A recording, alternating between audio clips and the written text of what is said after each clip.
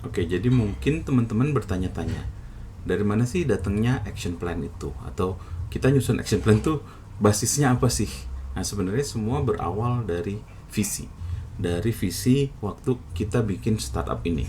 Kalau saya kan selalu bilang, biasanya tuh orang bikin startup karena dia punya kegelisahan bahwa ini sesuatu ini bisa lebih baik. Contohnya kan misalkan, oh ini ada yang namanya ojek gitu kan, ojek pangkalan. Kita kalau mau manggil ojek harus datang jalan dulu, terus nanti tawar menawar, ngasih tahu arah, kadang dia juga nggak tahu arahnya dan sebagainya baru bisa naik, baru bisa jalan gitu.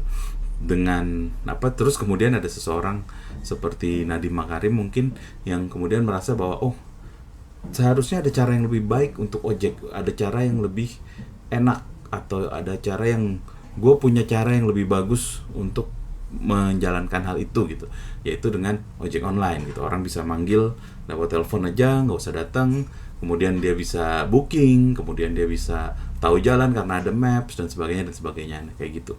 Nah kan pasti semua teman-teman punya apa sih visi yang bikin startup ini kenapa gitu, kenapa visinya startup yang teman-teman bikin itu apa sih sebenarnya gitu, apa yang mau diubah, apa yang harusnya bisa lebih baik, kegelisahan apa yang bikin teman-teman uh, memulai startup ini gitu kan. Nah visi itu kemudian kita turunkan menjadi sebuah objektif artinya sebuah tujuan. Bedanya apa? Kalau visi itu jangka panjang, objektif itu jangka pendeknya. Jadi visi jangka panjang yang muluk-muluk dan masih lama akan tercapainya mungkin 5 tahun, mungkin 10 tahun, mungkin masih lebih lama lagi. Tapi objektif itu adalah yang jangka pendek yang misalkan dalam 3 bulan bisa tercapai gitu. Hal apa? Nah, dalam menyusun objektif ini, susunlah seperti yang kita pernah pelajarin lewat yang namanya SMART goals gitu kan. Specific, measurable, achievable, relevant, dan time bound gitu. Nah, objektif atau tujuan yang kita pisah per 3 bulan, misalkan per 3 bulan gitu ya, dalam 3 bulan ini mau dicapai apa, misalkan dari katakanlah sekarang bulan September, nanti bulan Desember tercapainya apa gitu, September, Oktober, November, Desember, berarti 4 bulan ya. Pokoknya gitu ya.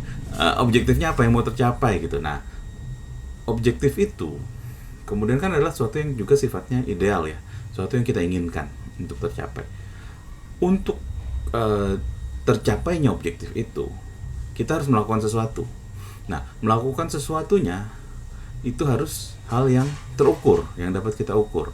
Nah, ini yang kemudian kita bisa sebut sebagai key results. Key results untuk mencapai sebuah objektif dinyatakan tercapai apabila key results ini juga terpenuhi. Itu angka-angka tertentu, misalkan ada 3 hal yang jadi key results-nya.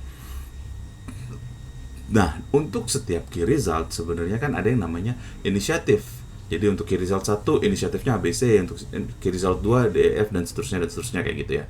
Entah ada berapa key result dan ada berapa inisiatif, itu ya tergantung dari masing-masing startup. Tapi kira-kira pembentukannya seperti itu tuh. Inisiatif inilah yang kemudian menjadi sebuah action plan gitu. Key result dan inisiatif inilah yang jadi sebuah action plan. Atau kalau bentuknya misalkan mau jadi tabel ya kira-kira kayak gini gitu. Nah, tabel ini kemudian kan bisa kita geser sedikit sehingga kelihatan timelinenya seperti apa dilaksanakannya dalam misalkan 3 bulan gitu ya, atau dalam 4 bulan atau dalam berapa bulan pun gitu ya.